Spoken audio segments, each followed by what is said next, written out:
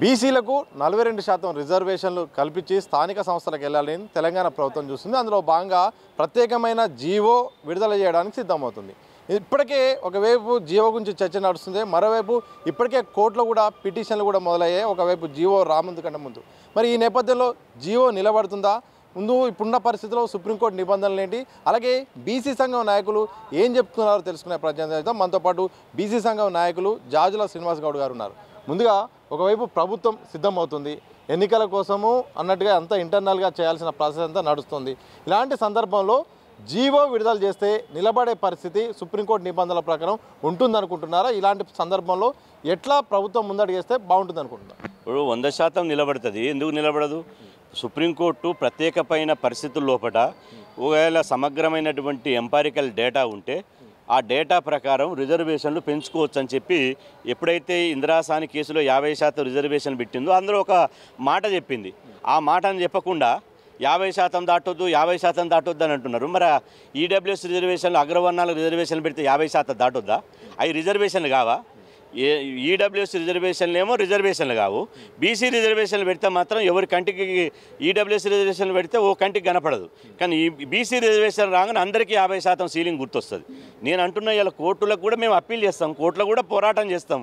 ఇలా బీసీలు 60% ఉంటే రిజర్వేషన్లు 18% వస్తాయి. ఇది ఎక్కడ ప్రజాస్వామ్యం? ఎస్సీ ఎస్టీ అగ్రవర్ణాలకేమో జనాభా ప్రకారం ఉంటాయి, బీసీలకు ఎందుకు ఉండయి? బీసీలు చేసిన తప్పేముంది? అంటే ఈ దేశం అభివృద్ధి చెందొద్దా? ఈ దేశం సమగ్రమైనటువంటి దేశం కావద్దా? 60% మంది బీసీలను ఆర్థికంగా సామాజికంగా రాజకీయంగా అణిచేసి తొక్కేసి ఇలా నట్టేట ముంచేసి ఇలా సమాజం బాగుపడుతుందా? ఇలా మేము అంటున్నాం 60% ఉన్నటువంటి వాళ్లకు ఇంకా మేము 18% వదిలేస్తున్నాం జనరల్ కేటగిరీకి. 60% బీసీలు ఉంటే ఇవాళ 42% ఇస్తారు, అంటే 18% బీసీలు లాస్ కదా. మరి అగ్రవర్ణాలకు 9% ఉంటే 10% ఇస్తున్నారు, వాళ్ళకు 1% ఎక్కువ కదా. మరి ఇదెందుకు గుర్తిస్తలేరు? బీసీ రిజర్వేషన్లు ఎప్పుడు అడ్డుకోవాలి? మేము 60% ఉండి 65% రిజర్వేషన్ లబ్ధి పొందితే అడ్డుకోవాలి. 60% ఉన్న 42% తక్కువ శాతం వస్తే ఎట్లా అడ్డుకుంటారని అడుగుతున్నా.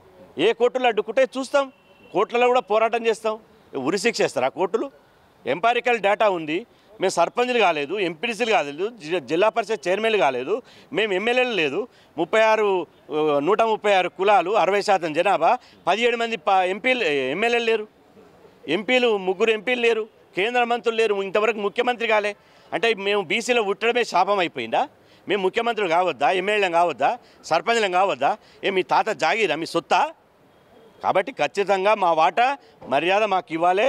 దీని మీద అసెంబ్లీలో అడ్డుకున్నారు, అదేవిధంగా గవర్నర్ గారి దగ్గర అడ్డుకున్నారు, రాష్ట్రపతి భవన్ దగ్గర అడ్డుకున్నారు, గల్లీలు అడ్డుకున్నారు, ఢిల్లీలో అడ్డుకున్నారు. ఇప్పుడు కోర్టులను అడ్డం పెట్టుకోవాలని మాధవరెడ్డి అనేట ఆయన, రెడ్డి జాగృతి అనే అధ్యక్షుడు అంటే ఆయన కోర్టులను అడ్డం పెట్టుకోవాలని అడ్డుకుంటున్నారు. దయచేసి అప్పీల్ చెప్తున్నాను. సందర్భంలో అడుగుతాను, ఒకవైపు అసలు జీవో అఫీషియల్గా విడుదల కాలేదు, కాముందుకే కోర్టులకు వెళ్ళి పిటిషన్ పెట్టాల్సిన పరిస్థితి వచ్చింది. ఇప్పుడున్న పరిస్థితిలో మరి ఏం చెప్తారో? కోర్టులపై పిటిషన్ వేయద్దంటారా, లేకపోతే వేస్తే నిలబడదంటారా? వేస్తున్న పరిస్థితిపై వేస్తున్న వారిపై ఏం కామెంట్ చేస్తారు? మేము దయచేసి మా నోటి కాడికి ముద్ద గుంజుకోవద్దని రెడ్డి సోదరులకు నేను అప్పీల్ చేస్తున్నా. ఎందుకు మేము రెడ్లకు ఏమైనా అగెనిస్టా? మేము ఈడబ్ల్యూఎస్ రిజర్వేషన్లు ఉన్నాయి, మీరు ఎంజాయ్ చేస్తున్నారు కదా. రిజర్వేషన్లు అనేది మీరు ఎంజాయ్ చేస్తున్నారు కదా, మేము అడ్డుకుంటున్నామా? మేము వద్దంటున్నామా? మరి మా రిజర్వేషన్ మీరు ఎందుకు అడ్డుకుంటున్నారు? ఇప్పుడు రెడ్డి జాగృతి ఉన్నది, రెడ్డి జాగృతి రెడ్డి సంక్షేమం కోసం పనిచేయాలి.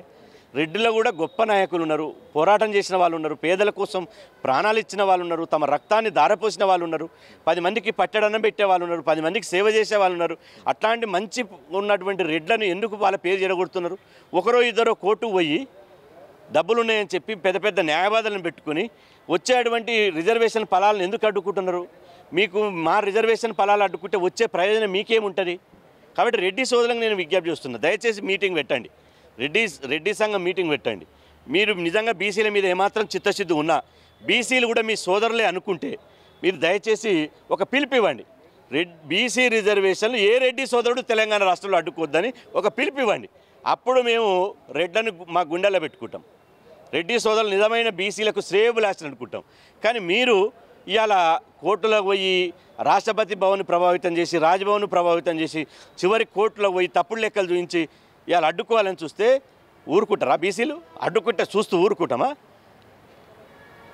చివరిగా ఒక మాట చెప్పండి. ఒకవైపు ప్రత్యేకమైన జీవో ఇవ్వాల్సిన పరిస్థితి ప్రభుత్వం పైన ఉంది. అంతకంటే ముందు రాష్ట్రపతి దగ్గర ఆగిపోయింది, జీవో ఆగిపోయింది, ఇటు గవర్నర్ దగ్గర ఆగిపోయింది, ఇటు పంచాయతీరాజ్ సవరణ సంబంధించింది కూడా ఆగిపోయింది. ఏది కూడా ముందడుగు కాని పరిస్థితి. అంటే రాజ్భవన్ కానీ, ఇటు కేంద్ర ప్రభుత్వం కానీ, ఇటు గవర్నర్ కానీ ఎక్కడ కూడా అది రాష్ట్రపతి భవన్ కూడా ఎక్కడ కూడా సరైన స్పందన, సరైన రిప్లై రావట్లేదు. జరుగుతున్న పరిణామాలపై ఏం చెప్తారు? ఇప్పుడు బీసీలు అంటే ఎంత చులకనుందో, ఎంత వివక్షత ఉందో మీరు చెప్పిన దాన్ని బట్టి అర్థమవుతుంది. రాష్ట్రపతి భవన్ పోతే బీజేపీ అడ్డుకుంటుంది, రాజ్భవన్ పోతే బీజేపీ అడ్డుకుంటుంది. అదేవిధంగా రాష్ట్రపతి అపాయింట్మెంట్ ఇవ్వాలి ముఖ్యమంత్రి గారికి అంటే ముఖ్యమంత్రి గారికి అపాయింట్మెంట్ ఇవ్వరు, ప్రధానమంత్రి అపాయింట్మెంట్ ఇవ్వాలంటే ప్రధానమంత్రి ఇవ్వడు. అదేవిధంగా ఇక్కడ కూడా అడ్డుకుంటారు. ఎట్లా చూడాలి? ఇది నిజంగా మేము ఒక్కటే పుండు ఏడ ఉందో మందాడ పెట్టాలని నిర్ణయించుకుంటున్నాం. మీరు ఎవరైతే అడ్డుకుంటున్నారో వాళ్ళ చరిత్ర ఏందో, వాళ్ళకి ఏ పార్టీలు వాళ్ళ వెనకంగా ఉన్నాయో, వాళ్ళకి ఫండింగ్ ఎవడు చేస్తుండో, బీసీ రిజర్వేషన్ల మీద బీసీల మీద ఎవడు కక్ష కడుతుండో రేపు 2028 ఎన్నికల్లో చూస్తాం. ఏ రెడ్డి వచ్చి మమ్మల్ని ఓట్లు అడుగుతాడో, ఏ రిజర్వేషన్ల వ్యతిరేక వచ్చి బీసీలను ఓట్లు అడుగుతాడో, ఏ ముఖం పెట్టుకొని వస్తారో చూస్తాం. ఇవాళ మీరు కనుక రెడ్డి సమాజం కనుక ఇవాళ అడ్డుకునే వాళ్ళని ఖండించకపోతే, రెడ్డి సమాజానికి చిత్తశుద్ధి ఉంటే ప్రెస్ మీట్ పెట్టి బీసీ రిజర్వేషన్లు ఇవ్వండి అని చెప్పాలి. కానీ ఇవ్వండి అని చెప్పకపోగా అడ్డుకుంటారంటే ఇలా ఎంత కుట్ర ఉన్నట్టు, ఎంత ఈర్ష్య ఉన్నట్టు బీసీ సమాజం మీద వాళ్ళకు. కాబట్టి ఖచ్చితంగా 6-100 ఇవాళ బీసీ సమాజం మీద కక్ష కట్టిరు. ధర్మం మా వైపు ఉంది, న్యాయం మా వైపు ఉంది. బరాబర్ 100% మేము గెలుస్తాం. ఇవాళ కోర్టులో కూడా ధర్మం గెలుస్తుంది, న్యాయం గెలుస్తుంది. చివరి దాకా మేము పోరాటం చేస్తాం. మొత్తంగా బీసీలకు న్యాయం ఉంది, బీసీల వైపు రిజర్వేషన్లు ఇవ్వాల్సిన బాధ్యత ఇటు ప్రభుత్వాలపై ఉంది. తప్పకుండా ఇది కోర్టులో నిలబడతారని నమ్మకం ఉంది. కానీ నోటికాడ కూడిని లాక్కోవద్దు. దయచేసి పిటిషన్ మీద పిటిషన్ వేసి బీసీల రిజర్వేషన్ అడ్డుకునే ప్రయత్నం చేయదు. ఇలా అడ్డుకుంటే మాత్రం మేము మాత్రం ఇటు రెడ్డి సామాజిక వర్గమైనా అడ్డుకున్న ఎవరినైనా మాత్రం వదిలిపెట్టేది లేదు. ఇప్పటికైనా జనాభా ప్రాతిపదికన బీసీలకు రావాల్సిన దాన్ని వచ్చేలాగా చేయాలని కూడా జాజుల శ్రీనివాస్ గౌడ్ మాత్రం చాలా స్పష్టమైన కామెంట్ చేసిన పరిస్థితి కనిపిస్తుంది. కెమెరా పర్సన్ వంశీతో సతీష్, దిశ టీవీ, హైదరాబాద్.